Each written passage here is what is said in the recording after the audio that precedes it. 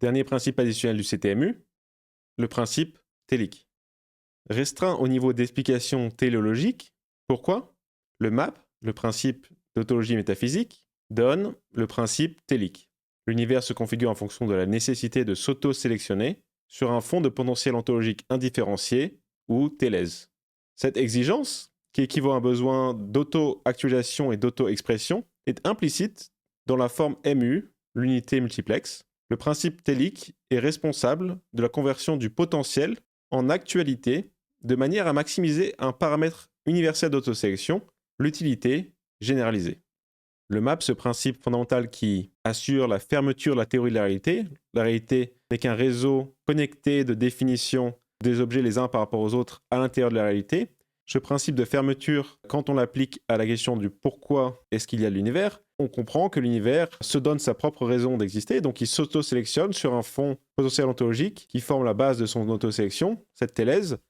qui librement permet de créer des états et des syntaxes qui répondent à quoi? Qui répondent aux besoins d'auto-actualisation et d'auto-expression de cet univers, qui au cours de cette évolution, au cours de cette conversion du potentiel en actualité, maximise une utilité généralisée qui est développée à l'intérieur de l'univers, comme cet objectif qui continue d'être développé au cours de l'évolution de l'univers, développé donc selon les règles de l'univers. La raison de l'univers, c'est de maximiser quoi? L'utilité généralisée. Et cette utilité généralisée est également quelque chose qui est créé au sein de l'univers par l'univers, qui a cette auto-explication de l'évolution de la réalité. La téléologie, l'idée selon laquelle l'univers a un objectif qui explique son existence et guide son évolution, a commencé à perdre de l'importance dans la cour de l'opinion scientifique. Bien qu'il ait d'abord été supposé qu'une explication plus neutre, moins théologique à l'existence de l'homme et de l'univers viendrait combler le vide explicatif qui en résultait, il est finalement devenu évident qu'aucun remplacement de ce type ne tombait commodément des équations. Dans tous les cas, une certaine interprétation de haut niveau serait nécessaire. Cela a marqué l'essor du principe anthropique, qui se décline désormais en plusieurs versions, notamment faible, fort, final, et celle privilégiée par Wheeler, participative. Comment expliquer l'homme et l'univers? Les équations physiques ne semblent pas suffisantes. La version initiale du principe anthropique, le principe anthropique faible, ou WAP pour Weak Anthropic Principle, commence par le point trivial, mais quelque part bayésien, selon lequel nos observations cosmologiques de l'univers révèlent une capacité à la vie, parce que l'univers porteur de vie est le seul type d'univers dans lequel il y a des êtres vivants comme nous capables de faire des observations cosmologiques. Cependant, alors que cela semble indiquer qu'il existe un domaine de nombreux univers dans lequel un tel univers peut être distingué passivement par la contrainte circonstancielle qui contiennent des observateurs vivants, le WAP ne fournit aucune explication prête pour un tel domaine. En effet, pour ceux qui ne sont pas convaincus de ses vertus, le WAP semble presque ajouter une dose non nécessaire d'encre rouge explicative au registre cosmologique. Quel lien entre l'univers et l'homme dans l'univers? Le principe anthropique faible donne une explication presque scientifique bayésienne basée sur une observation, l'observation qu'il y a dans cet univers de la vie, qui observe l'univers, et donc seul un univers qui a la capacité de cette vie et qui fait émerger cette vie est observable par des observateurs. Et donc il y a un lien naturel entre l'homme qui observe l'univers et l'univers qui fait émerger l'homme, un lien de dépendance. L'homme ne peut observer qu'un univers qui fait émerger la vie. Mais ce principe, en fait, ouvre un champ de spéculation sur ce qu'est la réalité, puisque peut-être que seulement circonstanciellement, l'univers a fait émerger cette vie, mais qu'il y aurait un champ d'autres univers qui ne sont pas observables. Et donc, dans la théorie de la réalité, le principe anthropique faible crée plutôt des problèmes, crée des possibilités de spéculation, plutôt que de fermer, plutôt que de converger vers une réponse sur vraiment l'explication du lien entre l'homme et l'univers. Donc on rajoute de l'encre rouge, on rajoute une dette explicative dans notre théorie de la réalité avec ce principe anthropique faible. Le principe anthropique fort, SAP pour Strong Anthropic Principle, élimine une grande partie de cette encre rouge en faisant une allégation plus extrême, affirmant que l'existence d'une vie intelligente n'est pas simplement un principe de sélection circonstancielle, mais une condition sine qua non de l'existence cosmique. En effet, cela limite l'ensemble des univers possibles à seulement ceux qui sont capables de produire la vie. Cependant, cela mène à des problèmes. Comment l'idée que les observateurs vivants sont nécessaires à l'existence de l'univers peut être conciliée avec l'idée que la réalité objective est essentiellement indépendante de l'observation et de ceux qui l'observent? Et comment la vie intelligente, qui semble avoir évolué des milliards d'années après la naissance de l'univers, joue-t-elle un rôle causal quelconque dans la cosmologie? Une sorte de voyage dans le temps se produit-il? La sélection est une chose, l'autogénération rétroactive en est une autre. Si on veut converger dans la théorie de la réalité et conceptualiser un lien entre l'homme et la notion d'univers en général, on peut utiliser ce principe anthropique fort dans lequel non seulement l'homme ne peut observer qu'un univers qui fait émerger la vie, mais tout univers a besoin d'une vie intelligente pour exister comme univers. La vie intelligente devient une condition sine qua non de l'existence cosmique. Dans ce cas-là, l'homme appartient à un univers qui est représentatif de l'ensemble des univers possibles dans le fait qu'il dépend d'une vie intelligente. Donc on peut observer cet univers, on peut conceptualiser sur cet univers, et c'est représentatif de la notion d'univers général, représentatif de la nature générale de la réalité dans lequel il y a toujours une relation entre l'univers et la vie intelligente. Cependant, ça pose de nouvelles questions. Si on suppose que la réalité objective évolue avec de la matière et de l'énergie, donc sans besoin d'observateurs, comment expliquer que ces observateurs sont en fait nécessaires à l'existence de l'univers? Comment expliquer que cette vie intelligente qui émerge après des milliards d'années d'évolution de l'univers qui serait sans observateurs, comment est-ce que cette vie intelligente serait causalement nécessaire à la notion d'univers, puisque selon le principe anthropique fort, aucun univers ne peut exister sans cette vie intelligente? Y aurait-il une sorte de voyage dans le temps dans lequel les hommes décident d'observer l'univers et ensuite voyagent vers le futur et des milliards d'années plus tard, finalement, émergent au cours d'un processus d'évolution? Donc là, le problème, c'est comment concilier cette idée d'une dépendance de l'univers sur la vie intelligente quand la vie intelligente ne serait pas impliquée dans les premiers milliards d'années de l'univers. Donc, sélectionner l'univers avec le principe anthropique faible, c'est une chose qu'on peut concevoir. Finalement, on ne voit que cet univers qui permet la vie que parce qu'il était sélectionné parmi d'autres univers qui, eux, ne permettaient pas la vie. Mais si on dit en fait, non, il y a un principe anthropique fort qui nous permet de comprendre la réalité de manière beaucoup plus exhaustive. Et bien, dans ce cas, on doit expliquer, mais comment ça se fait que l'univers se soit comme rétroactivement généré de manière à produire une vie intelligente? Comment est-ce que cette vie intelligente qui apparaît des milliards d'années plus tard se fait une condition nécessaire d'un univers qui ne serait pas dépendant de cette vie pendant les premiers milliards d'années? Il y a un gap explicatif ici à creuser pour avancer dans notre théorie de la réalité. Il a souvent été soulevé que les principes anthropiques utilisent un raisonnement circulaire, c'est-à-dire qu'ils semblent prendre pour prémisse ce qu'ils prétendent expliquer, le fait observable que l'univers est ajusté pour supporter la vie. Ils affirment que les êtres vivants observent que l'univers est amiable à la vie parce que la vie est présente dans l'univers pour faire cette observation. En d'autres termes, nous sommes ici pour observer l'univers et l'univers est ici pour nous permettre de l'observer car nous sommes ici pour observer l'univers. Malheureusement, les principes anthropiques manquent de quelque chose dont ils auraient besoin pour que cela fonctionne. Un modèle circulaire auquel leur raisonnement bouclé peut être constamment mis en correspondance. Tout simplement, le type de circularité causale qui suggère est en porte-à-faux avec la flèche du temps et d'autres aspects des modèles non circulaires du temps et de l'espace prévalents. Les principes anthropiques cherchent à expliquer l'ajustement fin des constantes physiques pour l'émergence de la vie avec des principes philosophiques circulaires. L'univers est ici pour se observer et nous sommes ici pour observer l'univers et donc c'est tout à fait normal que l'univers soit finement ajusté pour faire émerger la vie puisque il est ici pour se observer par la vie et donc c'est tout à fait normal que nous observons ce fin ajustement des constantes physiques puisque l'univers était là pour nous faire émerger. Mais ces concepts philosophiques circulaires ont un problème. Ils cherchent à expliquer une physique qui, elle, n'est pas circulaire puisqu'elle est dépendante d'une flèche du temps, d'une flèche de causalité qui crée une causalité du passé vers le futur, figée d'un aspect probabiliste mais globalement déterministe du passé vers le futur. Si la vie intelligente n'émerge que dans le futur, alors elle ne peut pas déterminer une condition initiale de l'univers. Et donc, il y a ce problème dans cette logique bouclée, puisque la physique dans laquelle on conçoit un temps, un espace non circulaire, ne permet pas d'implémenter ces principes philosophiques à l'intérieur de notre univers qu'on cherche à expliquer. Et donc, l'ajustement fin des constantes physiques n'est pas expliqué par ces principes anthropiques, puisqu'il manque un modèle de circularité causale qui permettrait d'intégrer ces considérations philosophiques des principes anthropiques à l'intérieur des possibilités de relations causales dans l'univers qu'on cherche à décrire avec ces principes anthropiques. Donc pour la théorie de la réalité, on ne peut pas s'appuyer sur des modèles non circulaires du temps et de l'espace, complémentés de ces principes anthropiques. Il y a une incompatibilité entre la circularité des principes philosophiques et la non-circularité de l'univers auquel ces principes philosophiques s'appliqueraient. Puisque les arguments circulaires s'auto-justifient et résistent à la falsification, il est fréquemment supposé que la tautologie et le raisonnement circulaire sont des mots théoriques absolus. Mais c'est loin d'être le cas, car la logique et les mathématiques sont presque entièrement basées sur la circularité. Vérité et tautologie logique, récursion et itération, fermeture algébrique et topologique, tous emploient la circularité dans une certaine mesure. Les problèmes ne se posent que lorsque le raisonnement circulaire est employé sans l'assurance d'une généralité mathématique complète, incorporant de fausses prétentions d'universalité sur des prémices qui pourraient se révéler être non universelles. Les arguments circulaires, comme les principes anthropiques, s'auto-justifient puisque leurs conclusions s'appuient sur leurs prémices. Donc si on introduit ces arguments dans notre théorie de la réalité, on s'expose à la situation dans laquelle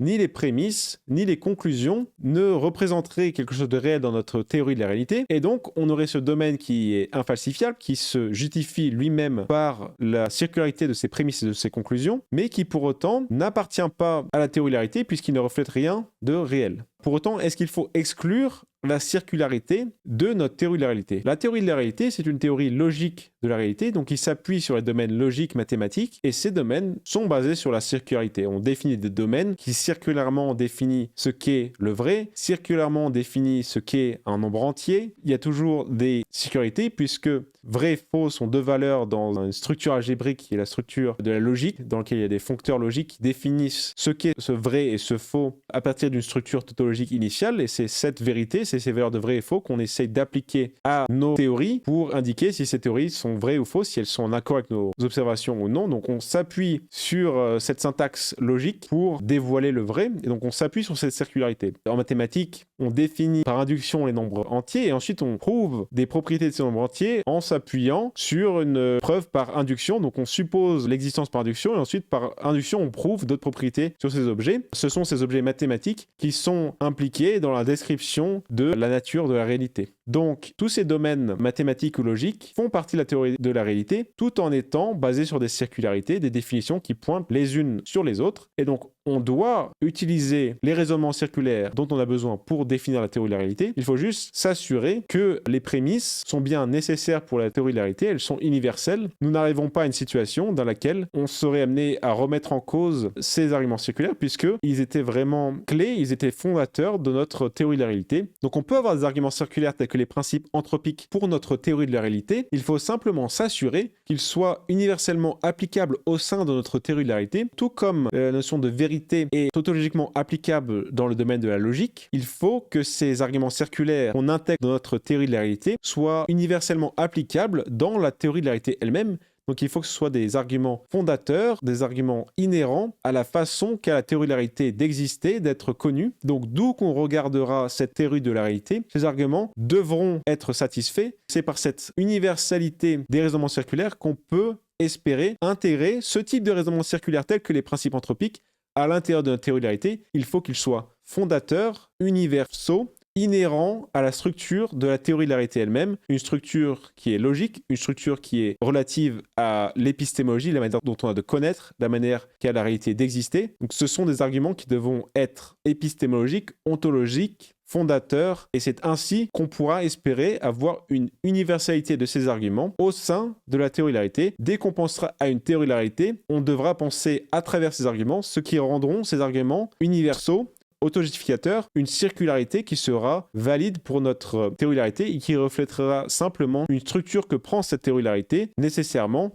de sa nature elle-même, qu'elle a de vouloir refléter l'ensemble de la réalité. C'est ainsi qu'on pourra avoir des raisonnements circulaires, mais il faut bien s'assurer que ce soit le cas, sinon on intégrerait des prémices qui pourraient se révéler plus tard étant universelles. Donc il y a un champ restreint d'arguments circulaires qui devra être possible. Ce sont les arguments circulaires qui devront être vraiment inhérents à cette théorie de la réalité. Malheureusement, même les tautologies valides ne sont pas acceptées par l'école dominante de philosophie scientifique, le falsificationnisme. Alors que les tautologies non universelles sont à juste titre interdites en raison de leur résistance aux procédures falsificatives qui en révéleraient les limites, les tautologies universelles sont qualifiées de scientifiquement sans intérêt pour à peu près les mêmes raisons. Mais en réalité, la science ne pourrait exister d'aucune manière, forme ou façon sans elle. Cela soulève la possibilité que la pensée falsificationniste ait accidentellement occulté la véritable place du raisonnement tautologique dans la cosmologie. Les falsificationnistes utilisent les tautologies circulaires dans le cadre de l'usage des mathématiques, de la logique, lorsqu'ils créent des théories scientifiques, qu'ils comparent dans leur logique falsificationniste avec les observations. Ils l'utilisent aussi, sans le savoir, je pense d'après Langan, lorsqu'ils considèrent qu'il y a un lien entre les théories scientifiques et l'univers. Ce lien entre l'univers qui est connu par les théories scientifiques et les théories scientifiques qui reflètent l'univers, il y a une forme de circularité, une glue qui n'est pas conçue explicitement par ces falsificationnistes, mais qui fait partie inhérente de ce qu'est la science. Donc la science ne pourrait exister d'aucune manière, forme ou façon sans circularité, puisque ces outils reposent sur des circularités. Donc l'exclusion des raisonnements tautologiques de la cosmologie relève alors plus d'une pratique, d'une heuristique de la pensée falsificationniste, qu'une exclusion fondamentale, puisque les falsificationnistes eux-mêmes utilisent des circularités logiques, des raisonnements tautologiques logiques dans les domaines des mathématiques et de la logique, et donc il est possible qu'ils aient exclu des tautologies valides sur la cosmologie qui expliquent de manière adéquate la manière de comprendre la cosmologie et sa nature dans la théorie de la réalité. C'est l'hypothèse que soulève Langan. Les falsificationnistes sous-théoriseraient l'importance des tautologies valides dans leurs propres outils, mais également dans l'explication générale de la cosmologie dans la théorie de la réalité. Si l'univers est réellement assez circulaire pour supporter une forme d'argument anthropique, sa circularité doit être définie et intégrée à sa structure de manière logique, et donc universelle et nécessaire. Le principe télique affirme simplement que c'est le cas. L'impératif le plus fondamental de la réalité est tel qu'il lui impose une structure supertautologique et conspensive. Ainsi, l'univers se sélectionne parmi les thèses non liées ou UBT, un règne d'information zéro et de potentiel ontologique illimité, au moyen de la récursion télique, dans lequel la syntaxe infocognitive et son contenu informationnel sont raffinés par croisement à travers une rétroaction télique état-syntaxe sur toute la gamme de relations syntaxe-état potentielles, allant jusqu'à tout l'espace-temps et la réalité en général. L'argument anthropique est souhaitable pour une théorie de la réalité puisqu'il spécifie un lien entre la vie intelligente connaissant l'univers et l'univers connu par cette vie intelligente. Non seulement il y a une explication de l'ajustement fin des constantes physiques qui fait émerger la vie intelligente des milliards d'années après les premiers événements de l'univers, mais il y a aussi cette vie intelligente qui devient liée à l'univers d'une façon qui n'est pas circonstancielle, contingente, qui ne relève en rien de la nature générale de la réalité,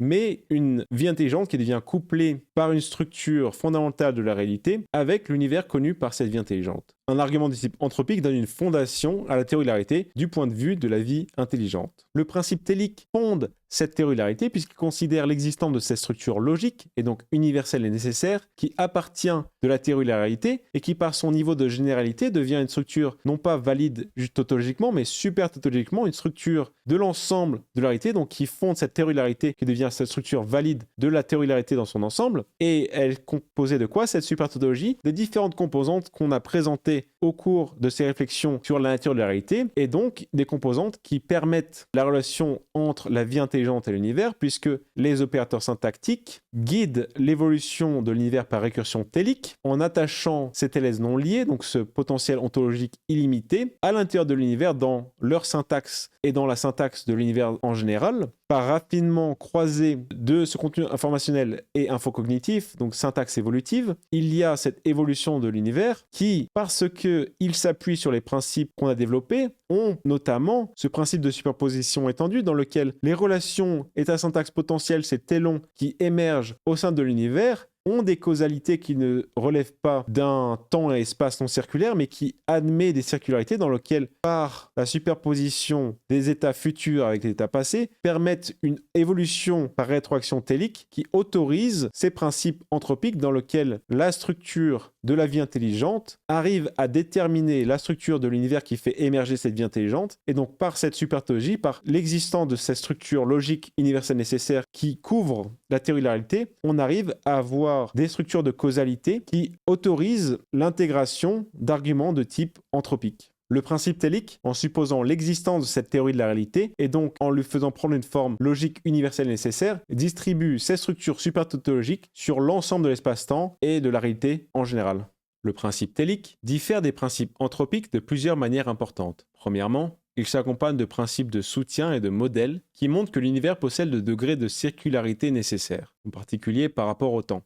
En particulier, le principe de superposition étendue, une propriété de l'espace-temps conspensif qui relie de manière cohérente des événements largement séparés, permet à l'univers de se rétrodicter lui-même à travers une rétroaction intertemporelle significative. De plus, afin de fonctionner comme un principe de sélection, il génère un paramètre de sélection globale généralisée, analogue à de l'auto-utilité, qu'il cherche ensuite à maximiser à la lumière de la liberté évolutive du cosmos, telle qu'exprimée par des sous-systèmes téliques localisés, reflétant le système global, cherchant à maximiser l'utilité locale. À cet égard, le principe télique est une extension ontologique des principes d'économie, comme ceux de Maupertuis et de Hamilton, concernant la moindre action, remplaçant la moindre action par une déviation de l'utilité généralisée. Les principes anthropiques sont des principes philosophiques qui ne sont pas accompagnés de modèles de l'univers qui intègrent les relations supposées par ce principe anthropique entre la vie intelligente et l'univers connu par cette vie intelligente. Le principe télique, quant à lui, est supporté par des modèles qui définissent ce que sont les composantes de l'univers, ce que sont les processus d'évolution de ces composantes, ce que sont les ressources accessibles à ces composantes et ces processus, et donc qui explicitent l'implémentation de ces degrés de circularité qu'on trouve dans l'univers décrit par le principe télique. Et en particulier le principe de superposition étendue, qui lie les opérateurs syntactiques, qui sont les points de cet espace-temps conspansif, donne à l'univers, dès le début, ce conatus vers la vie intelligente, puisque l'état initial de matière-énergie, au premier instant de l'univers, ne sont pas détachés et indépendants de la vie intelligente future, mais sont structurellement dans un espace-temps conspansif qui est dirigé vers une émergence d'une utilité généralisée qui, elle, est dépendante d'une vie intelligente, d'une vie avec des syntaxes de plus haut niveau qui définissent des buts locaux en fonction de l'utilité généralisée générale du système. Degré de circularité également par le fait que ce système qui évolue n'évolue pas directement, disons, avec un but externe, et donc le système se déterminerait directement vers ce but externe, mais un degré de circularité dans lequel l'univers est généré pour un but qui reste un but avec une liberté évolutive du cosmos qui est optimisé au fur et à mesure de l'espace-temps conspansif, et donc une circularité entre l'émergence de l'univers et le but de l'univers qui ne se réduit pas simplement à la résolution d'un but externe, mais qui donne un sens circulairement à l'émergence de l'univers, puisque l'univers, avec une liberté évolutive, maximise une utilité généralisée. Cette circularité causale et temporelle permet de faire que dès les premiers états initiaux matière-énergie, ces états initiaux matière-énergie relèvent de la supertautologie qui est supposée par ce principe télique et donc relèvent de cette optimisation de l'utilité généralisée qui est une auto-utilité générée à l'intérieur du système par le système et donc qui prend une forme d'une vie intelligente, d'une vie qui développe des états syntaxes plus complexes qui permet de satisfaire l'utilité généralisée qui est développée à la fois globalement et localement par les systèmes téliques localisés, les tellers locaux qui maximisent leur utilité locale, et donc l'utilité généralisée qui devient une maximisation de l'ensemble de l'utilité du système, incluant la maximisation de l'utilité locale. Donc cette utilité généralisée est optimisée par le système de manière libre évolutive, par les cycles conspansifs, par cet espace-temps conspansif qui forme les composants de ce système. Et donc l'état matière-énergie initial relève de cette supertautologie, relève de cette optimisation.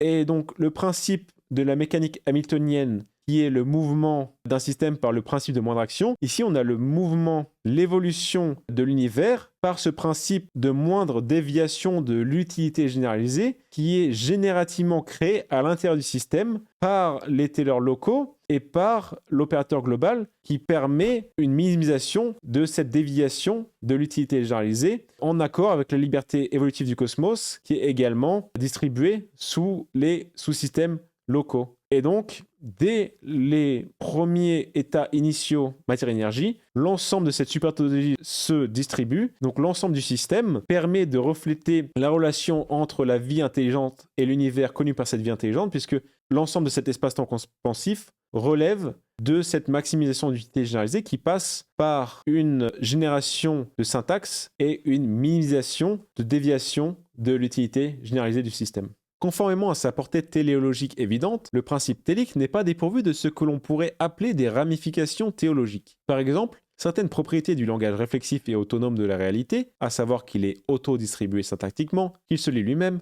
qu'il s'auto-configure et s'auto-traite de manière cohérente, correspondent respectivement aux propriétés théologiques traditionnelles d'omniprésence, d'omniscience et d'omnipotence. Bien que le genre de théologie que cela implique ne nécessite ni ne soutienne l'intercession de tout être surnaturel extérieur à l'univers réel lui-même, il soutient l'existence d'un être supraphysique, l'opérateur concepteur global SCSPL, capable d'amener plus de contributions sur des contextes physiques localisés que ce que peut voir l'œil ordinaire. Et parce que la partie physique directement observable de la réalité est logiquement insuffisante pour expliquer sa propre genèse, son maintien, son évolution ou sa consistance, elle est à elle seule incapable de contenir correctement l'être en question.